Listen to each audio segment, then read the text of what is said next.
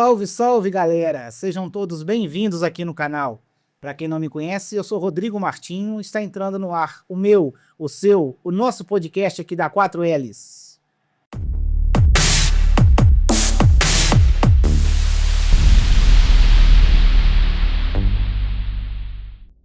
Neste podcast de hoje, nós vamos conhecer um pouquinho da história da Casa do Caminho Bezerra de Menezes, aqui em Viçosa. Uma instituição que há anos transformam vidas por meio do acolhimento e por amor, posso falar por amor ao próximo também, não é isso, pessoal? Com certeza. Para falar um pouquinho dessa instituição, recebo aqui no meu estúdio Karen e o João Batista. Sejam muito bem-vindos.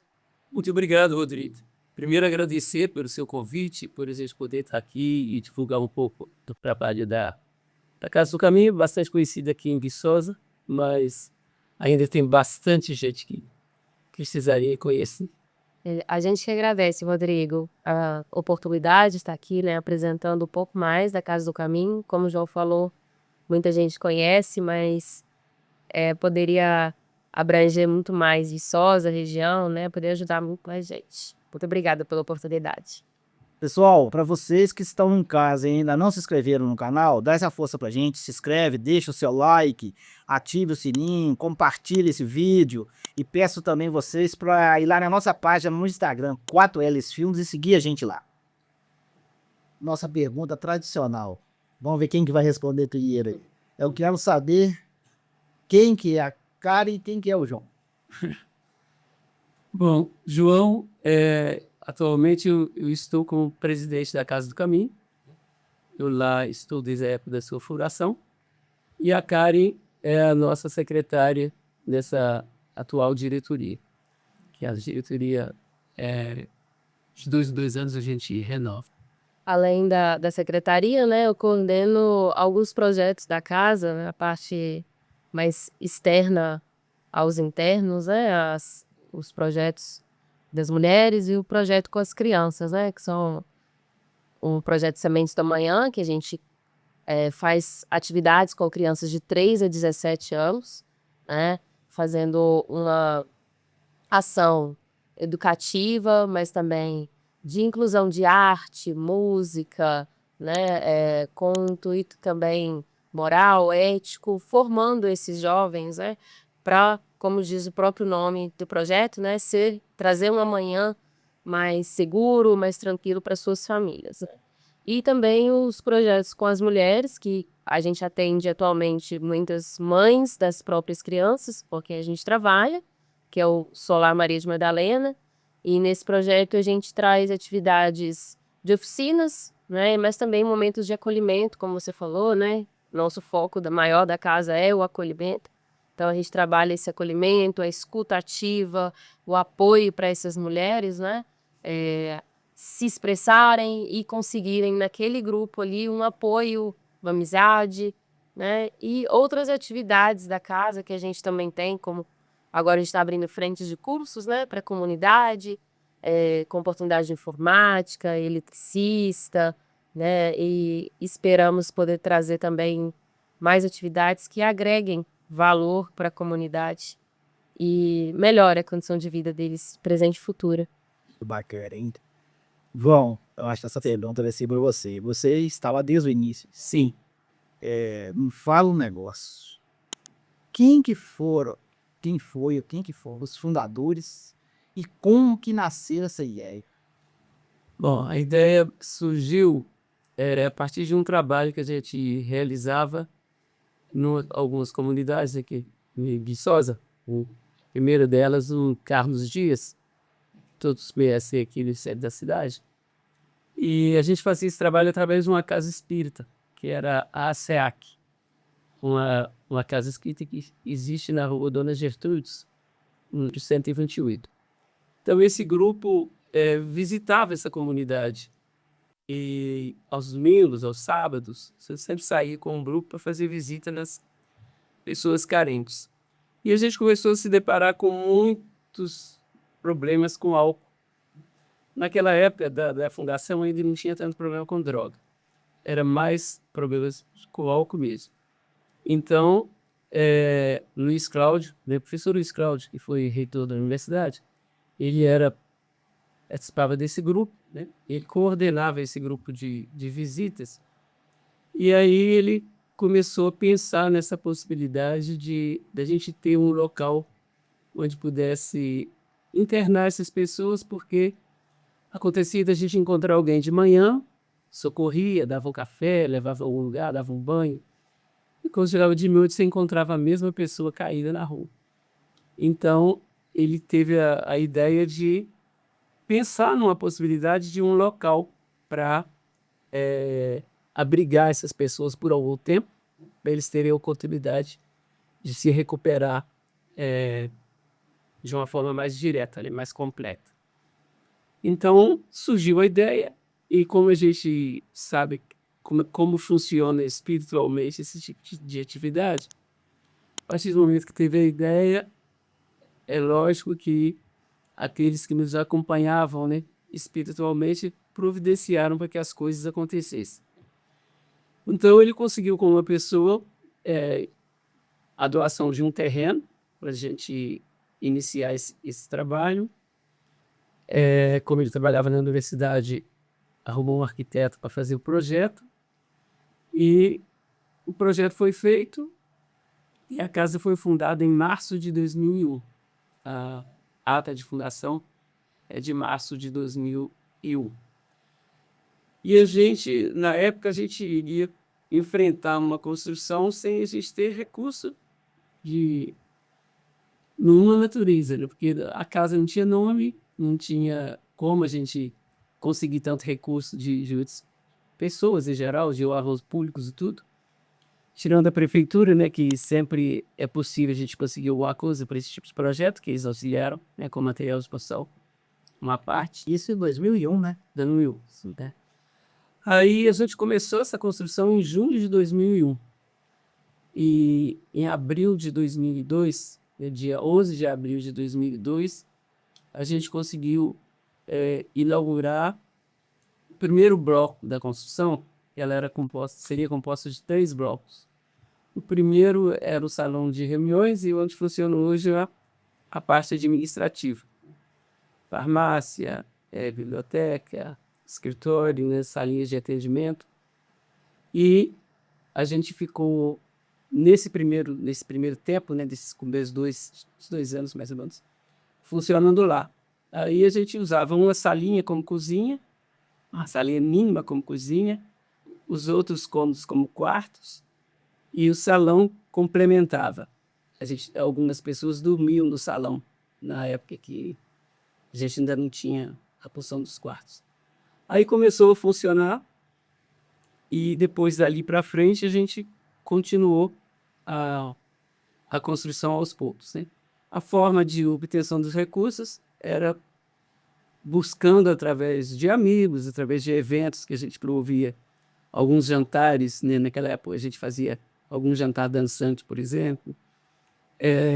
A gente trazia muitas peças de teatro. Eu tinha morado no Rio há muito tempo, eu conhecia algumas pessoas, eu busquei lá, contatei alguns diretores, a gente trouxe algumas peças de teatro. Por isso a gente arrecadava recurso com os patrocínios que a gente conseguia para a divulgação dessas peças. A gente também conseguia em material. E, na verdade, foi assim, a casa, quando ganhou o terreno, não tinha recurso nem para transferir o terreno como nome da instituição. Mas, com tudo que a gente pôde ver, com menos de um ano de construção, a gente estava inaugurando essa primeira etapa. O maior desafio, então, para realização desse sonho foi financeiro. Que era um desafio financeiro para muitas pessoas, era assim, praticamente impossível a gente falar em construir sem nenhum recurso uma obra daquele tamanho. O topógrafo que eu levei lá para olhar para a gente, para fazer terreno, na época eu trabalhava em construção e conhecia um, ele chegou lá e quando ele olhou o tamanho do espaço, ele falou assim: quanto vocês têm para construir essa obra? Eu falei assim: nem um centavo. A gente vai pedir tudo. Ele cruzou os braços e falou assim: vocês vão ter que pedir muito. E, na verdade, a gente viu que o trabalho nunca é nosso, né? Esse trabalho é muito mais do alto do que da gente, porque não tinha um lugar que a gente batesse para pedir alguma coisa e a gente não conseguisse. Né? Todas as solicitações que a gente fazia, a gente conseguia. Sempre doava. Exceções raras de algumas pessoas que não gostavam da causa, não, para esse tipo de causa eu não colaboro. Mas outros, todos sem cacique. Nessa época, Luiz Cláudio, você, mas quem que tava lá? Era um grupo de pessoas que, na época, tinha uns estudantes que faziam cursos aqui na universidade, que começou com a gente. Tem alguns que já estão com a gente ainda na época da construção.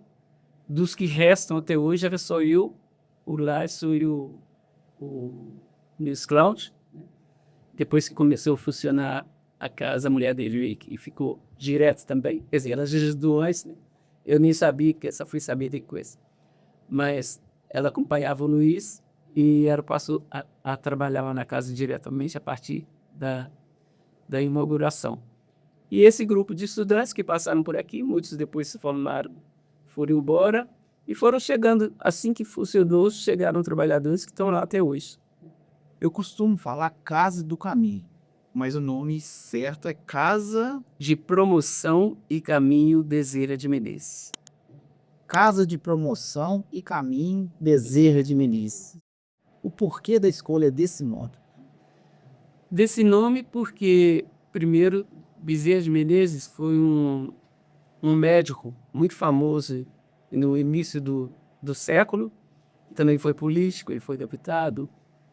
Ele foi responsável pela fundação da Federação Espírita Brasileira. E ele é o mentor espiritual da casa. Então, e aí a gente escolheu como Casa do Caminho Bezerra de Menezes por isso. Hoje, qual que é o propósito central da casa?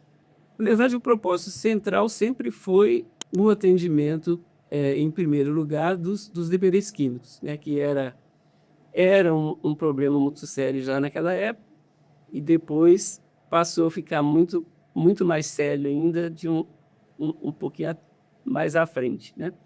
Mas todos esses outros projetos que a Karen citou também já eram previstos de acontecer e foram acontecendo logo no início da casa. Depois que ela começou a funcionar e assentou o trabalho, aí começou a atividade com as crianças, começou a atividade com as mulheres. E hoje a gente está, né, com novos projetos. Atualmente foi construído um refeitório para a gente servir sopa à noite, por enquanto está na quarta, na quinta. Deve começar na sexta-feira. Na sexta também. E depois a gente vai incluir a segunda e a terça também, com tudo certeza. Cara, alguma frase, algum ensinamento, alguma coisa que guia vocês até hoje? Eu acho que a gente pode resumir pela frase de Jesus. Me permitam uma pista.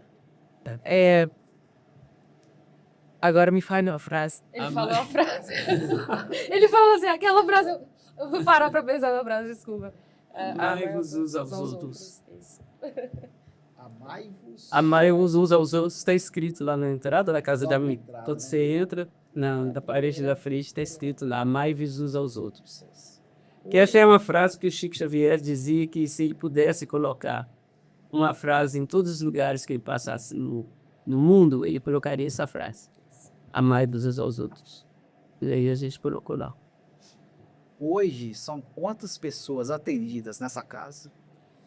Como em termos, a gente tem a possibilidade de o máximo de 18, né? Até 18 pessoas a gente pode manter em termos. E Nas demais atividades, a gente tem um número um pouco maior porque eles não residem na casa, né? Das crianças, a gente oscila entre 20 e até 50 crianças, 52 crianças foi o mais porque a gente atendeu em temporada. Porque os projetos, para além da internação, eles tem fluxo de matrícula definido, né? Então, a gente tem matrícula no início do ano e no meio do ano, né? Logo após aquelas férias da UFV. Por quê? Porque até hoje a gente depende, né, de muita ajuda de estudantes da universidade, né? Principalmente nesses projetos. Então, ali, as crianças aproximadamente entre 20 e 50, a depender do semestre, né? Majoritariamente crianças ali que Santa Clara e do Coelhos, mas algumas são de um pouco mais distante, Nova Viçosa, aqui do Alto, aqui do Vale do Sol também. E o das mulheres, a gente atende entre 10 a 15 mulheres, né? Porque nós não atendemos todas as mães das crianças, né? Algumas não têm condições de estar indo para essas atividades, outras não têm tanta afinidade, né, com essa atividade também. E nas atividades da sopa, que a gente atende em média de 50 a 100 pessoas por noite. Tem, assim, outros projetos menores de curso de capacitação que a gente atende. Hoje a gente tem 43 matriculados em todas as turmas de informática, se somar todos elas, né, que a gente faz gratuito. Todas as nossas atividades são gratuitas, né, não tem nenhuma cobrança. E o curso de elétrica, que começou recentemente, né, está mais focado nessa primeira turma com os internos, que é sempre, como o João disse, né, nossa preocupação inicial, nosso trabalho inicial, e que vai ser aberto, né, também para a comunidade. Então, assim, o número de pessoas que a gente atende externa à casa, ele é um número grande. Hoje, como que vocês escreveriam o perfil dos abonidos? No início, a gente tinha, assim, 100% de álcool.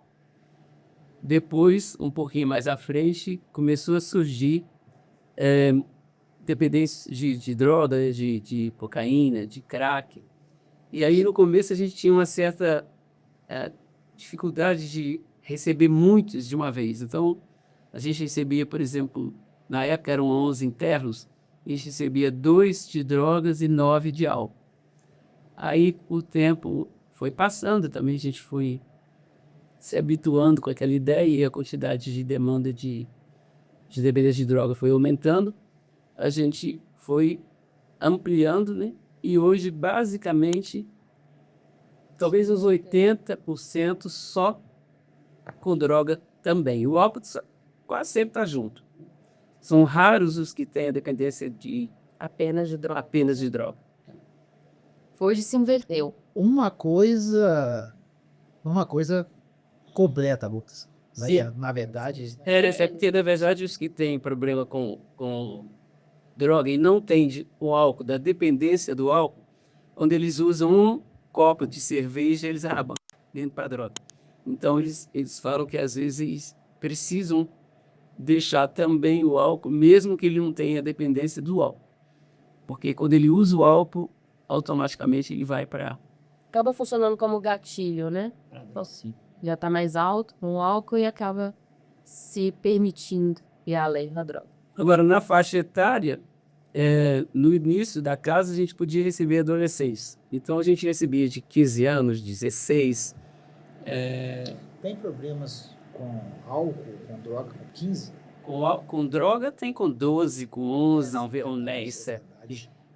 Com álcool, assim, a quantidade de pessoas que começaram a beber com 7 anos, com 8 anos, que chega lá, eu só acreditei depois que eu comecei a conversar com eles. Cara, daí eu agora assustei. Com 7 anos. 7 ou 8 é porque, na verdade, assim, os pais, os avós, às vezes não tinham noção nem de que isso poderia fazer mal. Então, eles bebiam e davam lá um golinho.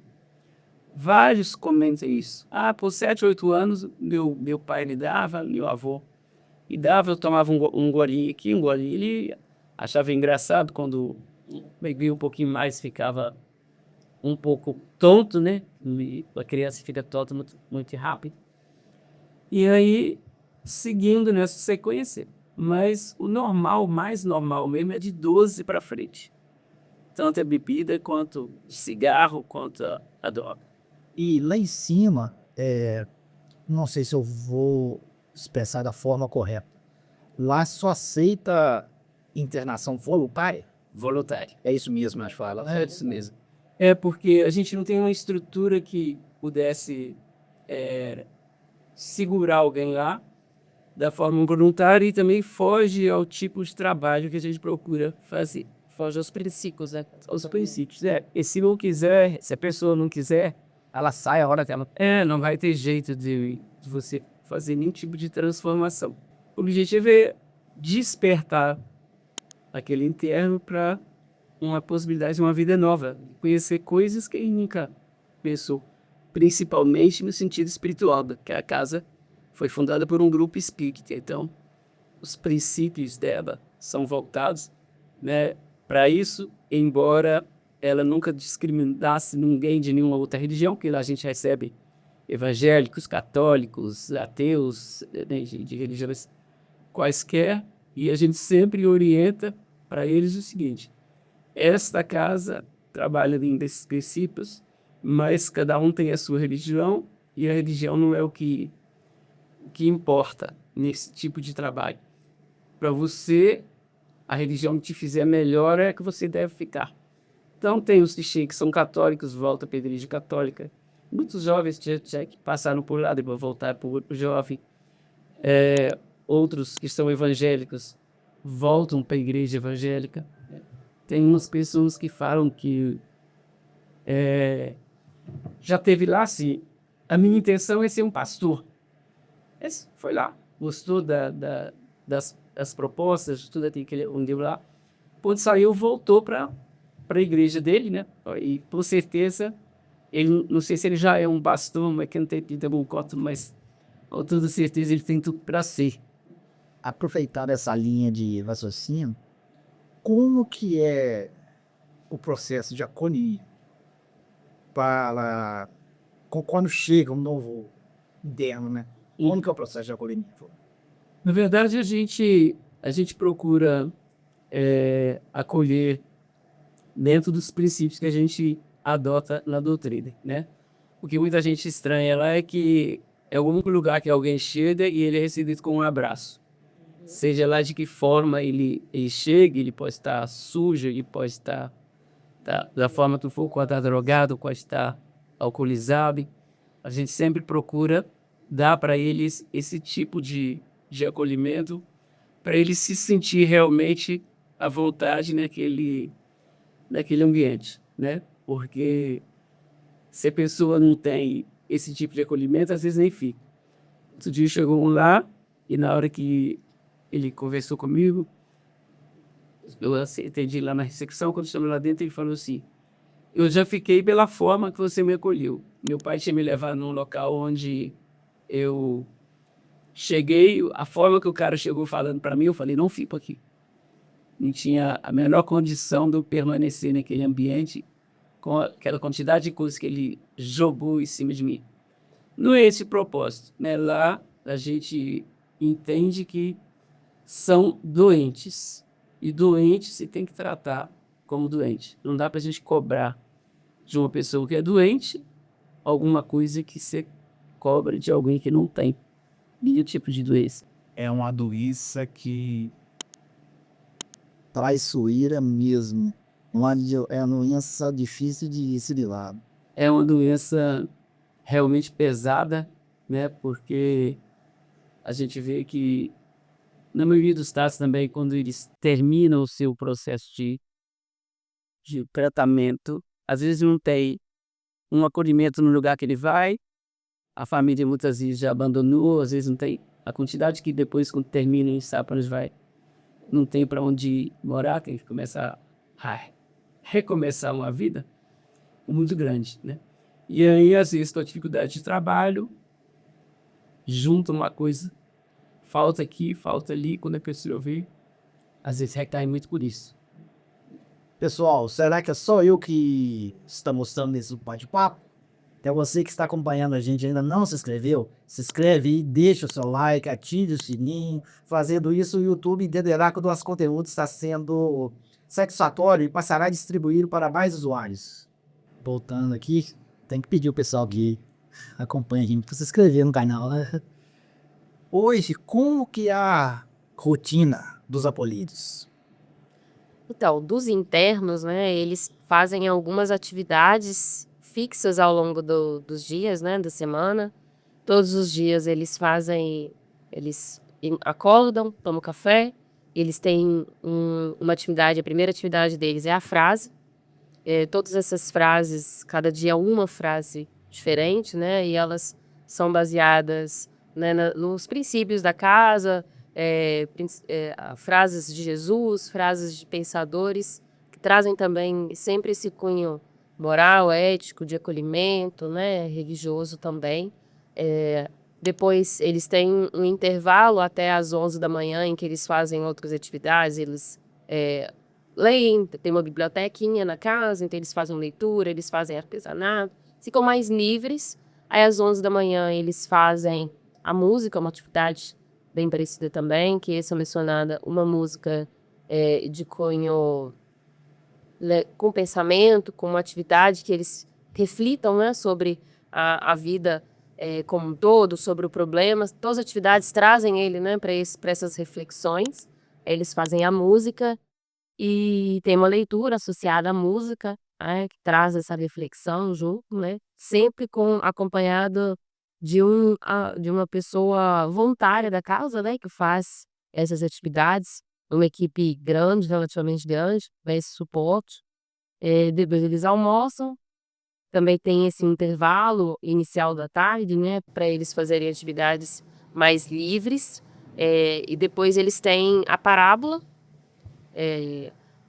às 4 horas da tarde, eles fazem essa atividade de parábola, também com o mesmo cunho e finalidade. E aí o período da noite, ele oscila um pouco, né? Na segunda-feira eles têm um filme, na quinta-feira tem a palestra. Na segunda-feira, pode. Pode completar, eu me ok. E na verdade, assim, todos os dias à noite tem uma atividade doutrinária também, hein? Que na segunda e na sexta é uma reunião parecida com a reunião de AA, de NA, mas que ela é parte de uns princípios que a casa se estabeleceu. São 10 princípios tirados de um livro chamado Amor e Imbatível Amor. De Joana de Anjos. Que é de Joana de Anjos, um espírito que ditava para o Divaldo Pereira Franco, aquele médium da Bahia. Não sei se você já ouviu falar, mas que morreu há pouco tempo, 98 anos. Então, os 10 princípios foram tirados daí. Então, na segunda e na sexta, às 7h30, tem essa reunião, que começa às 7h30, termina entre 8h30 e 9h, depende do número de internos, do número de pessoas que frequentam. Aí, às vezes, Já são abertas. são abertas para pessoas que têm dependência que não estão internas, né? Pode frequentar toda segunda, toda sexta. Então, segunda e sexta é esse tipo de reunião. Nos demais dias, quer dizer, na terça, na quarta, no sábado e no domingo, tem uma atividade de evangelhos. A gente faz, aí é menos tempo, na terça, quarta e domingo, mais ou menos meia hora, 40 minutos. No sábado é o dia que a gente aproveita para entregar os cartões de tempo, para quem está terminando a temporada. Ou a gente faz um de 60 dias e o do SAI, que é 90 dias o prazo lá. Então, no sábado tem esse horário com esse evangelho que demora um pouco mais, mas que eles também dão os seus depoimentos. E, na verdade, em todas as atividades, né, todas essas reuniões, o principal foco é o despertamento deles, o depoimento deles, e é que eles podem aprender e ensinar, né, porque todo mundo aprende junto. Eles têm um tratamento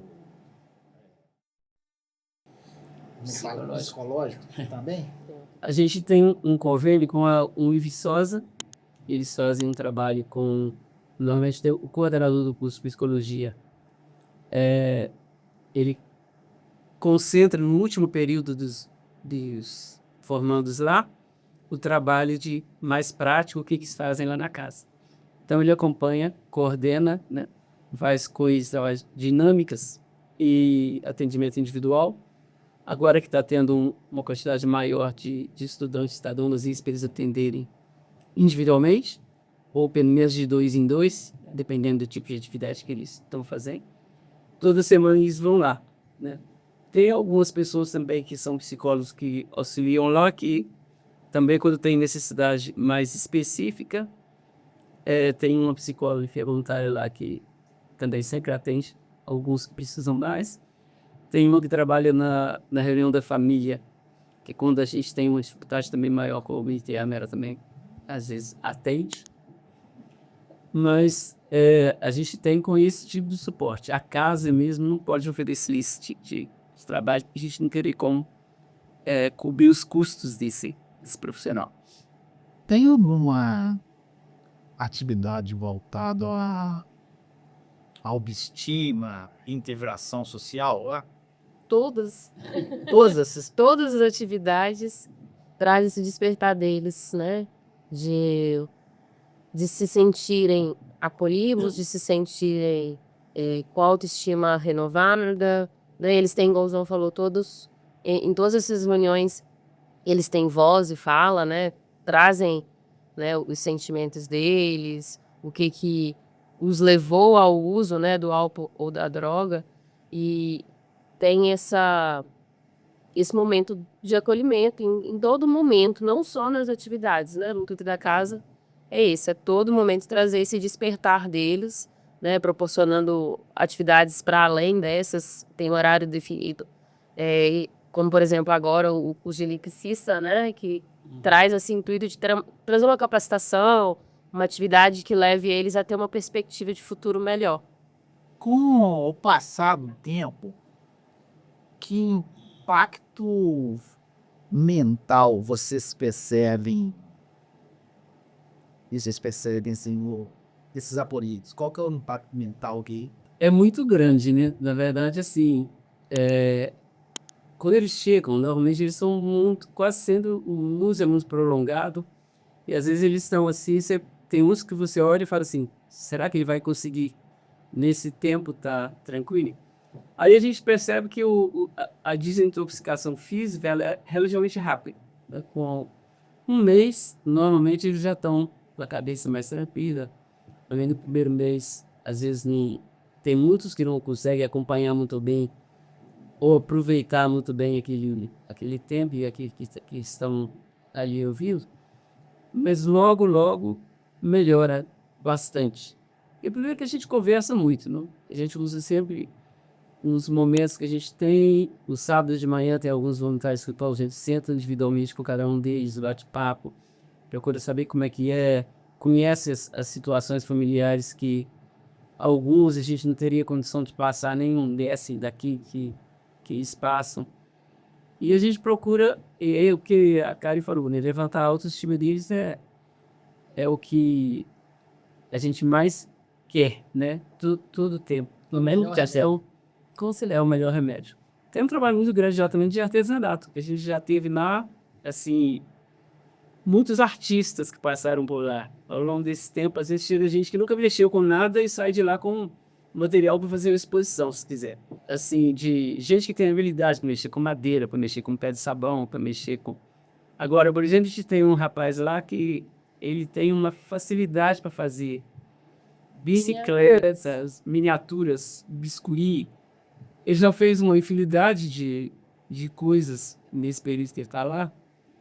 E quando você olha, é um artista. O cara, assim, ele é um engenheiro mecânico nato. Só que ele não tem nem segundo grau.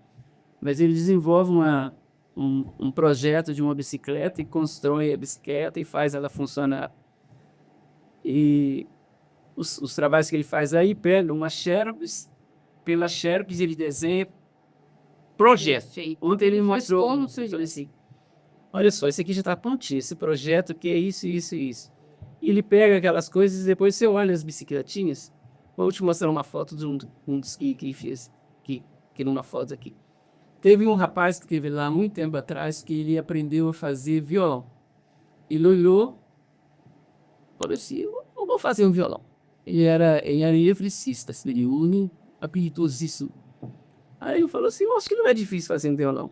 Aí começou a pegar, tinha umas madeiras lá, ele começou a pegar, cortou, e ele não tinha nem equipamento, ele pegou caco de vidro, pegou um formãozinho que ele tinha e desenhou a madeira, um formato de violão, que nem era muito certinho numa madeira, e fez aquele coisa ali, e raspando aquele negócio ali com capa de vidro, a madeira ele fez o cabo do violão, assim, bem, quase perfeito.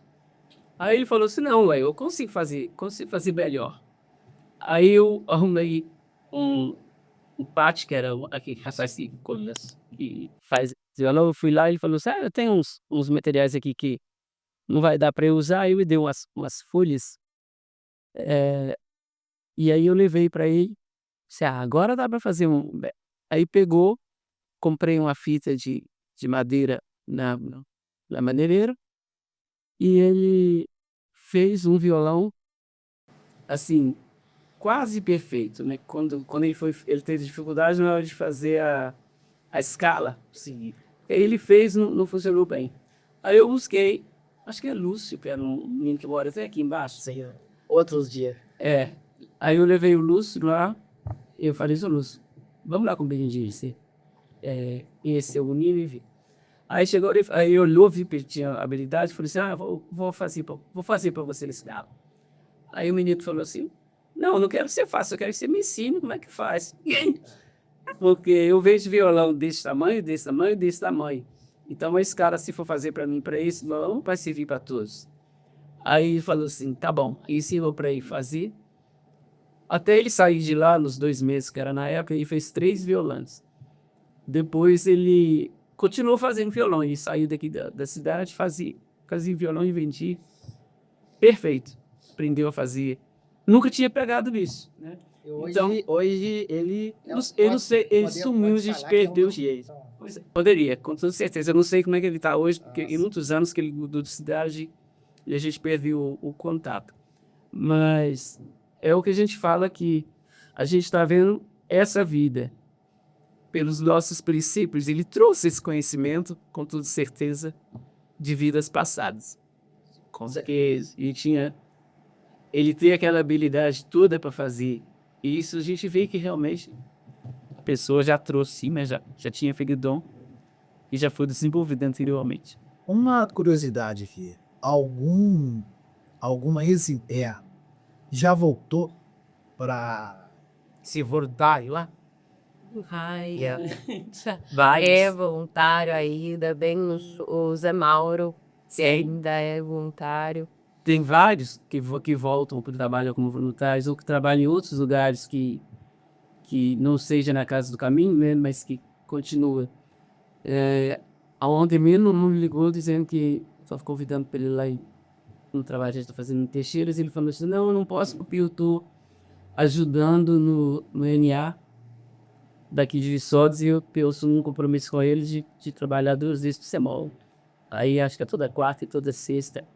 O Erivaldo aí tá trabalhando lá, ex da Casa do Caminho. Há um tempo atrás ele teve uma recaída alguns anos depois. Aí voltou com mais disposição e agora ele já está nesse trabalho ajudando. vocês podem relatar alguma fala, algum gesto mais emocionante de algum interno para vocês? Alguma fala que te marcou ou um gesto para você também? Vocês podem relatar? Não precisa dar um nome, é só...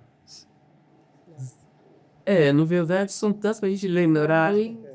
A gente chora muitas vezes quando chega o momento da saída deles, dos depoimentos que eles dão, né? Teve um rapaz que um dia pegou um cartão, até os dias me repetiu a frase dele. Ele falou assim, isso aqui não é um cartão de encerramento de curso. Isso aqui é um passaporte para minha felicidade. Teve um outro também que me tocou bastante, que ele, quando chegou no final da carne dele, ele falou assim, eu sempre uso droga, eu estou tão dominado por isso, que na hora que eu estou terminando esse tratamento aqui, eu estou vendo que está ficando um buraco, um vazio. Eu tenho que saber com o que eu vou preencher esse vazio. E eu já escolhi, né? O que eu vou fazer. No cartão de entrega, quando eles recebem 60 dias, dá um cartãozinho para eles. Isso que tem uma frase de Jesus dizendo, vinde a mim, todos vós que estáis cansados, e eu vos aliviarei. E no último dia tem um cartão que a gente coloca a frase também de Jesus: Eis que estarei convosco todos os dias até o final dos tempos. Aí uma frase de Jesus que ele falou assim: eu resolvi que era isso que eu queria para ocupar o buraco. Eu ia sentir, e aqui tirou a droga, sobrou esse espaço, eu vou ocupá-lo com Deus. E ocupou, e hoje ele é Juiz de Fora, sabe? Mas até hoje ele coordena grupo de trabalho de NA. Pra você não vai fugir, não. Fala pra mim. Eu sou mais emotiva, né? Eu acho que não tem um sábado quase que eu não chore. Mas eu acho que o que mais me tocou, assim, foi um interno que ele tinha uma raiva muito grande da mãe. Algo que ele trouxe né, de algum problema com a mãe. E um pouco antes, logo no início da temporada dele, a gente teve uma palestra na casa falando de Maria. E nessa palestra ele se emocionou muito, porque ele sentiu o amor de Maria pela fala da palestrante. E no dia da saída dele, o que mais me tocou foi a fala dele de que ele tinha perdoado a mãe. E que ele tinha reconhecido o amor de mãe na casa, pelas diversas mulheres que trabalham na casa. Eu acho que ele foi o recente, né, que mais me tocou, porque são histórias, assim, por muitas vezes muito difíceis, né? E o João, a gente é o que mais passa tempo na casa, né? Ele fica mais tempo com os internos. E eu acabo passando muitos finais de semana com eles, né? Então, eu vejo, assim, a falta da família no final de semana faz, né? E esse interno com relação à mãe foi um dos que mais tocou. Me corrija se eu estiver errado. O tratamento, o tratamento inicial, o ar é de 3 meses. É esse? Se a pessoa, dos 3 meses, a pessoa virar e falar assim, não tenho condição de sair. Não tem problema. A gente já teve internos que ficou muito mais tempo, né? Porque, na verdade, a ideia é exatamente essa, né? Se ele não estiver preparado, a gente sente que ele não está preparado, a gente mesmo convida para ficar um pouco mais. Menos quando chega no final de ano, assim, que é um período que depois daqui muita festa, muita coisa, para eles é um período muito perigoso. Os que chegam nessa temporada, a gente já até oferece antes. Mas se quiser, você vai sair no dezembro, se quiser ficar até janeiro, fica, porque acho que é um bom investimento para você, em você. Quase todos então prefere, sabe? Tá. Não é rigoroso assim, não. No começo a gente tinha alguns casos que eram mais, assim, sérios, que às vezes precisava ficar 6 meses, 7 meses, 8 meses. Hoje, quantas pessoas fazem parte da equipe hoje? Voluntário e as pessoas físicas mesmo, né? Os fixas, De funcionários, a gente tem 5 funcionários, quer dizer, 5 da casa, que são 4 monitores, porque eles fazem 2 com 36, 2 tem que ter um em cada período, né? Então, gasta 4 pessoas. E uma cozinheira, que faz o trabalho que antigamente era feito com voluntários, mas no período da pandemia não tinha essa possibilidade de ser feito com voluntários, porque podia ficar entrando e saindo. Aí ficou uma pessoa só, e depois a gente percebeu que funciona melhor com uma única cozinheira, até financeiramente, né? Até os custos diminuem bastante, porque você tem só uma pessoa lidando. Se cada hora chegar Unidades, são quantos voluntários, Alex? Pô, eu tô quase tentando fazer esse levantamento mais assertivo, né? uns 20 e poucos, Entre talvez. 20 e 30, vamos dizer assim, né? Porque a sopa, a gente tem algumas pessoas que são voluntárias exclusivamente só na sopa, então entre 20 e 30 pessoas. Se o quiser ser voluntário, tem algum requisito que tem que ser preenchido? Onde é?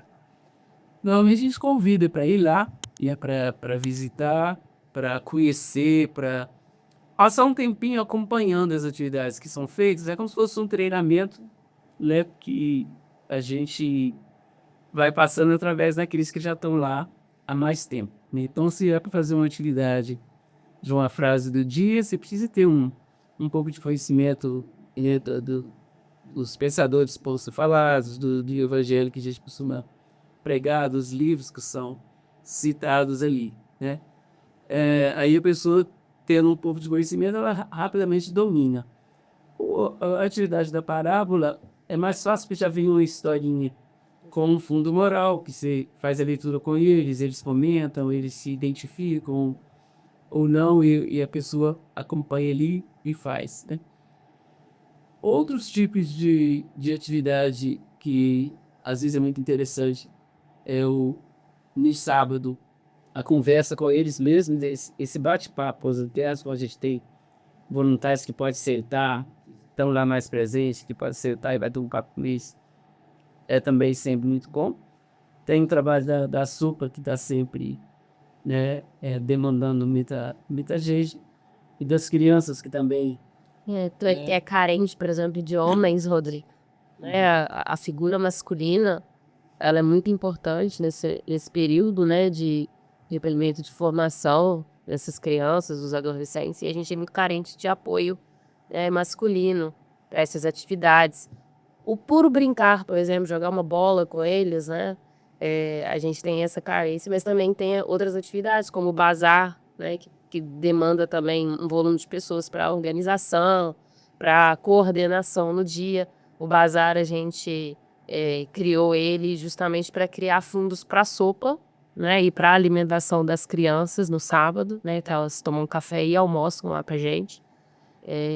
Então, vazar, por exemplo, é uma atividade para quem quer iniciar na casa, conhecer, é uma atividade boa para se participar. A própria sopa, né? Agora com o fim de ano, a gente vai ter na atividade das cestas, as campanhas, né, para a cesta básica de final de ano. A gente precisa de gente para fazer essa campanha em supermercados, entre amigos, né, para recolher esses alimentos para formar a cesta. do podcast, você vai vai menos mais pra gente. Então tem atividades, né, que hoje uma pessoa que chega na casa quer ajudar, a gente vai encontrar um espacinho para ela. E lá tem trabalho 24 horas. Então, se alguém fala assim, eu só tenho tempo de manhã, tem atividade. Só tenho à tarde, tem atividade. À noite, tem atividade. Sábado, domingo, qualquer dia tem atividade. A casa foi inaugurada em 2002. São 23 anos atuando aqui em Soares. Vocês têm noção de quantos internos passaram por lá desses 23 anos? Olha, bastante, mas eu não vou te falar, não vou te dar um número não, porque antigamente eram 12 internos de cada vez, né? Então dariam 120 por ano, mais ou menos. Mas como a gente considera que muitos recaem e reinterram, a gente vai falar por internações você poderia fazer um cálculo aproximado desse número de pessoas, mas se for pelas pessoas em si, muitos que ficaram mais de uma, mais de duas, mais de 3 vezes, e aí você não pode contar aí como, né, teoricamente não, mas como internação, com toda certeza, se fizer um cálculo de... Acho que não tinha entendido que dava por dar 0 e vamos esperar os outros 4 horas, se você pelo um pouco, mas... como tem uma média, varia sempre um pouco, às vezes não tem completo. Então, com certeza os 1.000 dias vai ser feito. Não, isso com certeza. Mais umas 3 mil pessoas aproximadamente. Provavelmente que passaram podia ser 3.000 e mais. E outra curiosidade. Esses internos, eles ajudam Financeiramente, a família ajuda financeiramente ou não? Na verdade, sim. O propósito da casa, ela era atender as pessoas de outras caídas na rua, que não tivesse nenhuma condição de pagar. Então, a ideia sugerida, até espiritualmente, foi de ter um local onde a gente não cobrasse. E por isso a gente nunca cobrou, mesmo que as pessoas possam pagar. Já teve médico internado, já teve engenheiro internado lá, e já teve pessoas de vários níveis internados lá, mas nunca cobrou de ninguém por obrigação. Quem pode colaborar, colabora através da conta que a gente tem. Que já vocês vão deixar aqui e vai deixar para o pessoal. Hoje, pegando esse gancho, quando a gente Nessa falar coisas que envolvem dinheiro, né? É o que agarra hoje. Hoje em dia, qual que é o maior desafio da casa? O desafio financeiro, na verdade, que foi muito maior nos muitos anos para trás, né? Porque nos últimos 4 melhorou um pouco a ajuda financeira da prefeitura, porque a Câmara votou um projeto, né, para auxiliar as entidades da cidade, né? E aí o recurso agora já facilita um pouco que a gente conseguir pagar as despesas básicas de funcionários, de impostos, e alguma coisa a mais aí que seja possível, até de alimentação já estão e pouco que pode ser destinado. Mas, mesmo assim, sempre a gente tem um déficit de uns R$10.000 por mês, a gente não sabe de onde é que sai, mas quando chega no final do ano, a gente nunca está devendo os 10 mil de cada mês. Então, é doação mesmo, que chega, algumas pessoas colaboram, de vez em quando aparece um depósito na conta de alguma coisa que a gente não sabia onde vir e esperar, mas quando a gente está precisando, a gente pega o zap e manda com um grupo de amigos e fala que está precisando e manda. Antigamente era muito assim. Chegava o dia de pagar os funcionários, a gente não tinha dinheiro para pagar ninguém. Eles mandavam o zap para todos os seus amigos, tô precisando, não tem como pagar, e um negócio estava 100, 200, 600, 500, daí pudesse. E aí a gente, no final de contas, cobria aquela despesa daquele mês. O recurso da prefeitura, às vezes, começa o ano atrasa, e aí a gente passa um sufoco maior dos meses que não tem. O recebimento é regular. Mas a gente confia na providência divina. Com toda certeza não faltou até hoje, não. Eu imagino que não vai faltar nada. o poder com a Casa do Caminho é sexo-atônima para vocês? A doação dele? Atualmente está bem melhor do que foi, né? E depois que a gente tem esse recurso, depois que a casa também já tem um crédito aí na cidade, ele tem um nome que muita gente conhece, as pessoas que estão acostumadas a lidar com esse tipo de necessidade, todo mundo conhece.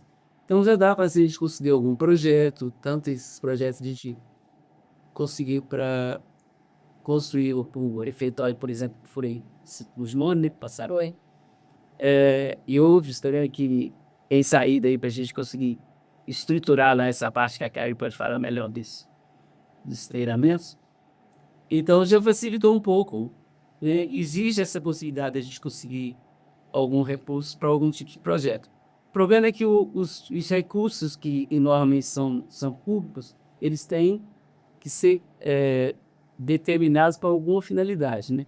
A gente normalmente você não pode utilizar para despesas de mão de obra, tirando da prefeitura que isso é possível.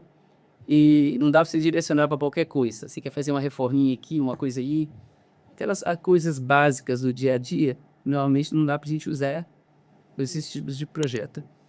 Mas já facilita muito a gente ter a opção de montar uma estrutura. Há uns 2 anos atrás, nós demos da Central do Dízimo uma reforma geral na casa. A Central do Dízimo é uma entidade de São Paulo, né? Que há 20 anos atrás eles estiveram aí na casa, visitaram, eu estive em São Paulo, vi como é que levei o projeto, coisa e tal. E a gente não conseguiu na época porque a gente não tinha terminado a construção e não tinha ainda o habite da casa, pagamento de INSS, aquelas coisas de obra, compulsão de obra aqui. Agora, para nossa surpresa, uns 3 anos atrás, eles apareceram de novo aqui e falaram assim, a gente estava tirando da gaveta alguns projetos que não foram contemplados e bateram lá. Decidiram, estava lá e recebi. Aí passei o pessoal que estava na direção o Fábio e o Glácio encaminharam todo esse projeto e fez uma reforma geral, né? Refez a piscina, a despensa, montou imobiliário, muita coisa que precisava na casa, foi muito bom. E fez o refeitório. Mas se tivesse uma notícia assim, pelo menos 2 em 2 anos, hein? Nossa.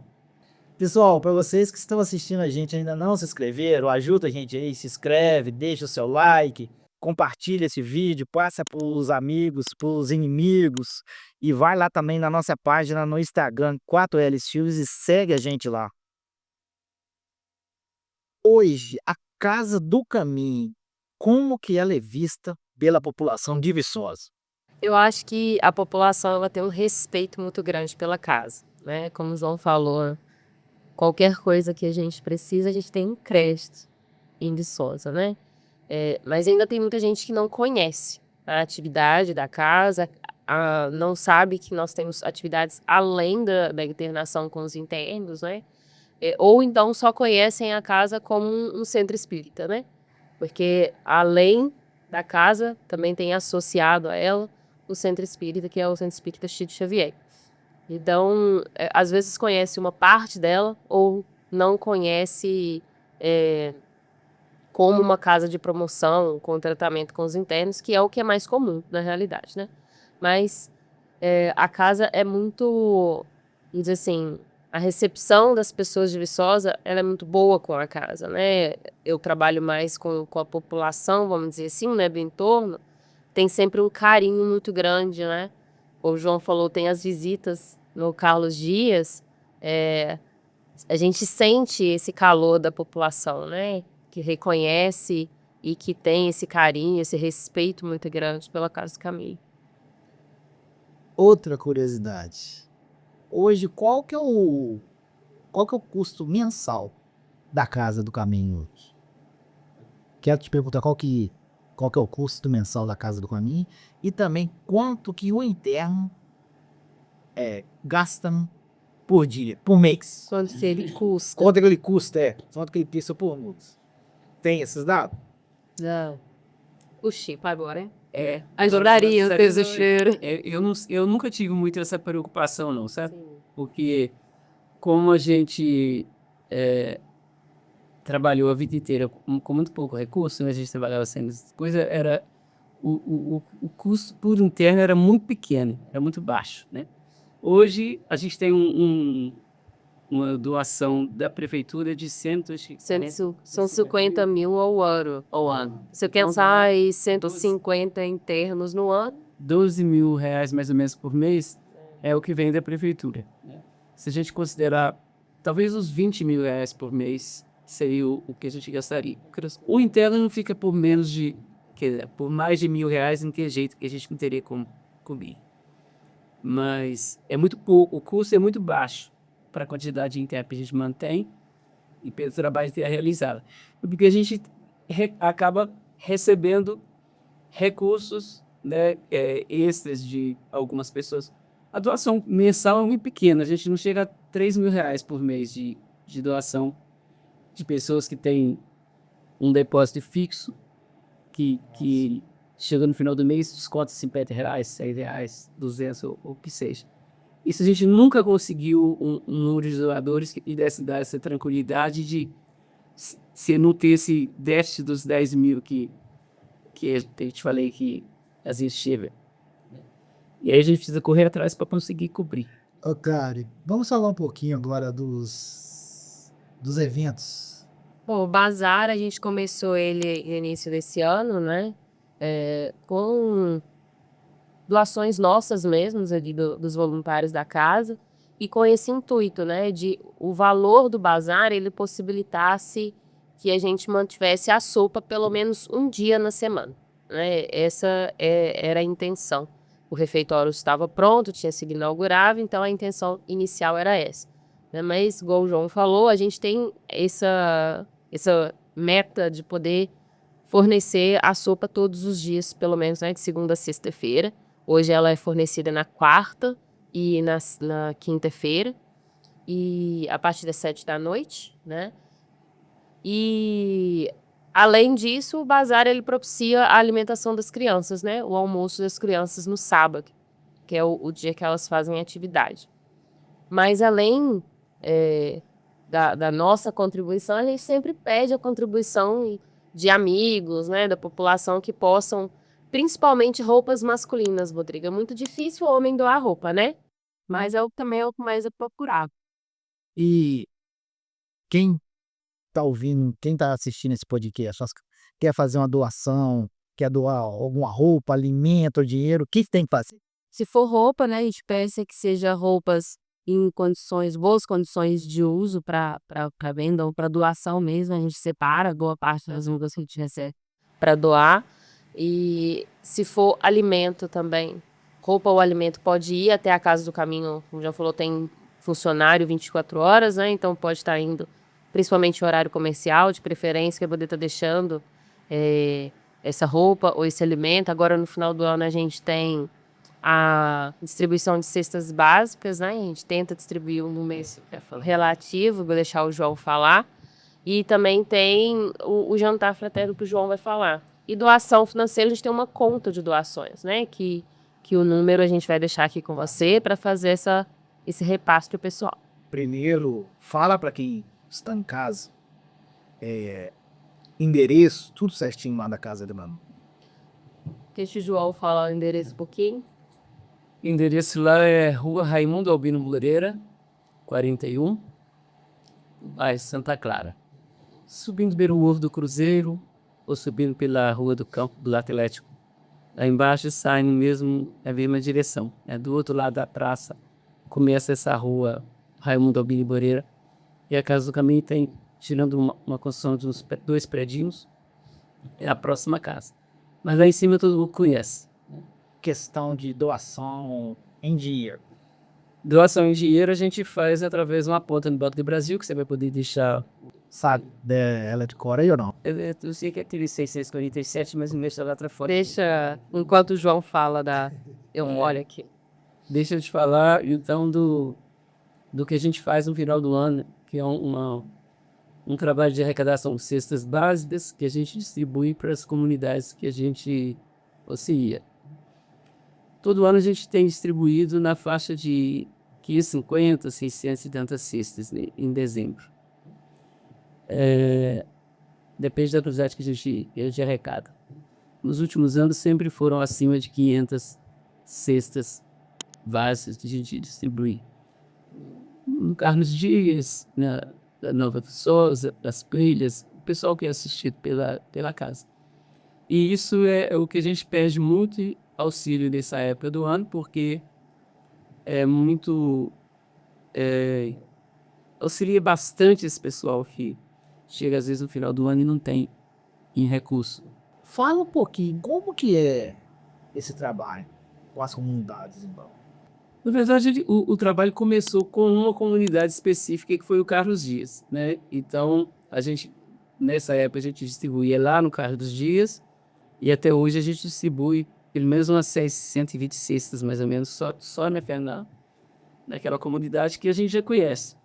Lá na casa, a gente não tem assim um rigor de um cadastro para você ir lá fiscalizar a casa, se realmente tem necessidade ou não, porque esse grupo que a gente já conhece há mais de 30 anos, e a gente conhece cada casa, a gente visita cada casa, a gente já sabe para onde está indo as cestas, lá no Carlos Dias. Lá na comunidade das Coelhas, é o pessoal que participa dos trabalhos. Hoje as crianças vão para casa, as mães vão para casa. E o restante são pessoas que, às vezes, ao longo do ano inteiro, passam lá na porta, pedindo um pacote de feijão, um pacote de arroz e uma lata de óleo. E eu não tenho dúvida de que alguém que não precise não vai subir um morro daquela nitidez ali para chegar lá e pedir um litro de óleo. Então, quando eles chegam a pedir uma cesta, eu nem tenho muito essa preocupação, assim, se em 600 cestas, 20 pegaram sem ter necessidade. Fico muito mais tranquilo de entregar as 580 para quem realmente precisa. Há algum projeto de expansão para a Casa do Caminho nos próximos anos ou não? Agora a gente já não tem mais espaço físico para esse tipo de expansão, pelo menos assim, em princípio, né?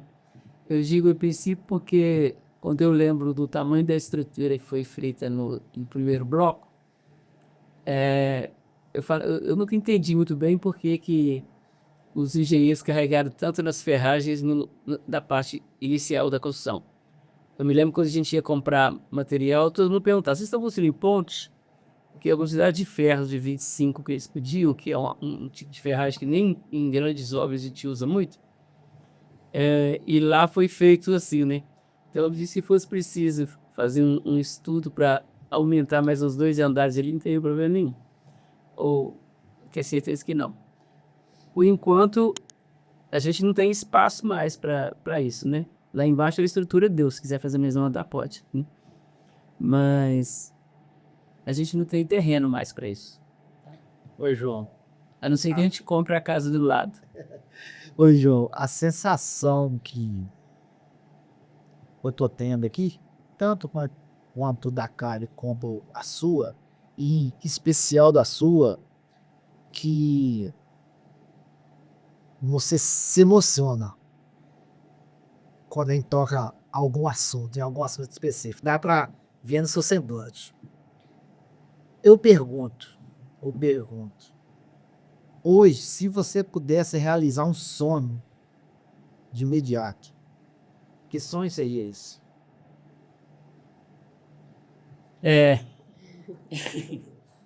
Na verdade, realmente de não ter possibilidade de ter que encerrar esse trabalho em algum momento, né? É um sonho de que ele permaneça independente do tempo passar, porque eu acredito que por todo o tempo que a gente tem para seguir aí nessa caminhada, a gente vai ter necessitados de todas as naturezas que passam por lá, né?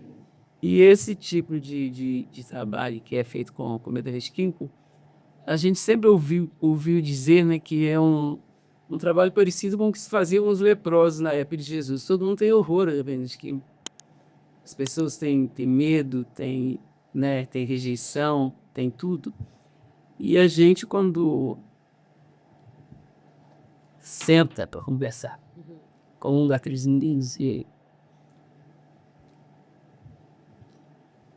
a gente viu o tamanho de ser humano que tá ali escondido, atrás daquele,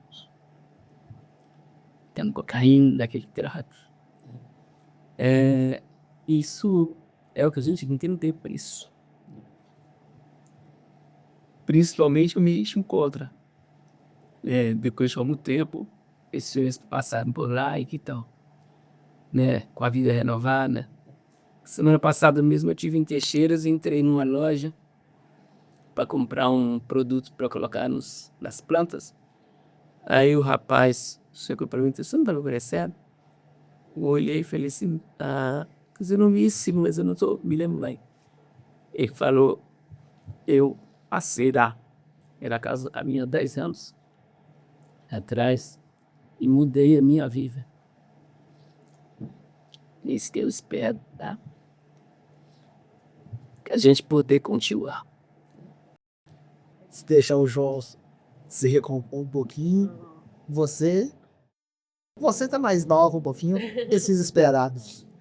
Hoje, para quem está assistindo o nosso podcast, Dude, quer saber mais, ainda mais, tem rede social? Fala pra gente, hein? Temos, a gente tem o Facebook, né, da casa, e também tem o Instagram da Casa do Caminho, né, Prazo Promoção Caminho Museu de Menezes e o Instagram. Depois a gente divulga, né, as atividades, as palestras públicas. Toda quinta-feira a gente tem palestra pública, que é gravada, passada ao vivo e também ela é gravada depois no YouTube da casa. Você pode assistir qualquer palestra, principalmente, né, dos últimos 2, 3 anos, né? Desde a pandemia a gente começou a gravar. E algumas atividades também, né, das crianças, a gente coloca algumas rodas, divulga, quando tem período de matrícula, quando tem campanha também, a gente faz essa divulgação. Repete o arroba pra gente. Ou Casa de Promoção e Caminho, Bezerra de Menezes. Pessoal, estamos chegando ao final. Vocês gostariam de falar mais alguma coisa? Na verdade, uma coisa que eu não poderia deixar de falar mesmo é de agradecer a todos os voluntários que sempre se prontificam a estar na casa para trabalhar. Ô, João, deixa eu interromper um pouquinho. Esse agradecimento você vai fazer olhando o pessoal que está em casa assistindo. Aquela câmera. Não, beleza. Eu gostaria, né, não poderia deixar de agradecer a todos os voluntários que estão lá na casa nesse momento, a todos aqueles que já passaram por lá. Tem muitos que estão com grandes trabalhos em outras cidades, que às vezes utilizam até os preceitos de Brasília. Em São Paulo eles têm um trabalho grande que lá em Santos, que lá em São Sebastião, que utiliza as mesmas frases, as mesmas parábolas, tudo aqui que a gente faz aqui.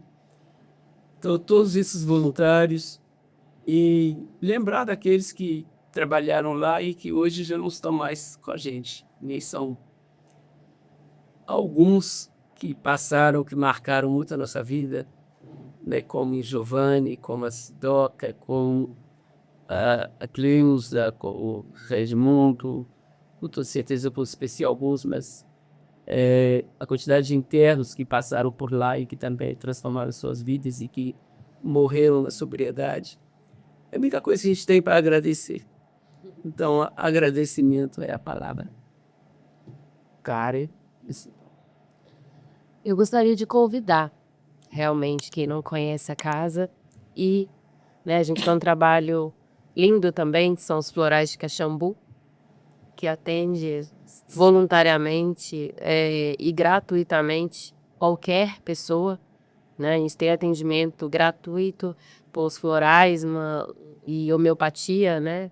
Que é uma medicina alternativa que é feita na quinta-feira, às 18 horas, na sexta-feira, a partir das 3, de 3 às 5 da tarde, e no sábado, de 9 às 11 da manhã, e que ajuda muita gente, não só aqui em Viçosa, o meu trabalho também é feito pelo Pio Raia lá em Barra Longa, em Caxambu e em outras cidades, né? É um trabalho lindo que é feito, que iniciou, né, com a Andrea e com o Giovanni, e que pode auxiliar tantas pessoas. Então, eu acho que o que eu gostaria realmente é que conhecessem a casa. Eu não vou encerrar. Eu vou pedir para vocês falarem rapidinho. Só para não deixar nenhum projeto com atrás. Porque esse a gente não tinha mencionado agora. Fala pra gente quais são os projetos que tem lá, que eu ofereci à comunidade, que hora que é esse projeto e os dias. Ok. Então, a gente tem o floral, como eu falei, né? Nas quintas-feiras, de 18 às 19h30 aproximadamente. Sexta-feira, de 3 da tarde às 5 da tarde. E sábado de manhã, de 9 às 11. Os florais de Caxambu e homeopatia. A gente também tem o projeto Solar Maria de Madalena, que são com mulheres, aberto a qualquer mulher, tá? A partir de 18 anos. Os sábados, às 3 da tarde, com oficinas de costura, crochê, momento de conversa, né, de autoapoio. Temos o projeto das crianças, né, que é o Projeto Sementes do Amanhã, que tem as suas atividades aos sábados, de 8h30 às 1h30 da tarde. São atendidas crianças de 3 a 17 anos, né, com diversas atividades artísticas, música, esporte, brincadeiras, né, ainda são crianças. Nós temos também as aulas de informática, que é aberta à comunidade, que as aulas são às sextas-feiras à tarde, as turmas, né, sexta-feira à tarde e sábado à tarde, aberta à comunidade. Temos, iniciando agora, nesse mês de novembro, o curso de eletricista, que a primeira turma está sendo com os internos, a gente vai abrir em breve uma turma também para a comunidade. E temos o trabalho da sopa, Como eu falei, que atualmente está sendo quarta e quinta-feira, a partir das 7 horas, de 7 até 9h30, mais ou menos, aproximadamente, depende de fluxo de pessoas. E que vai iniciar também em novembro, mais pro fim do mês, agora no finzinho desse mês de novembro, na sexta-feira, mesmo horário, 7 horas da noite. Então, que eu esteja me lembrando aqui, nem nada externo, eu não esqueci. Não. As reuniões também que são ligadas aos dependentes e não estão internados, que segunda e sexta-feira, 7h30 da noite. 7h30. Essas, quem puder e quem gosta de participar e não querendo se internar, é um momento interessante. Ajuda bastante. Eu, Rodrigo, em nome da 4Ls, só tenho a agradecer o pouco que vocês puderam passar, que foi muito para mim e para quem está em casa. Muito obrigado por ver pra gente. Nós é que agradecemos, né? A gente também agradece bastante poder falar desse trabalho e com certeza pode continuar a auxiliar Messi, a gente e todos. Eu vou pedir ajuda à minha colinha aqui, me corrija se eu estiver errado. A Casa do Caminho é um exemplo de solidariedade e fé em ação. Mais do que um abrigo, é um espaço de reconstrução e esperanças, onde cada gesto conta e cada vida importa. Não é isso? Perfeito, sim. Perfeito. Como já dizia o Bezerra de Menezes, a caridade é o amor em movimento. Pessoal, para vocês que tiveram a paciência e ficaram com a gente até agora, um meu muito obrigado e até o próximo episódio.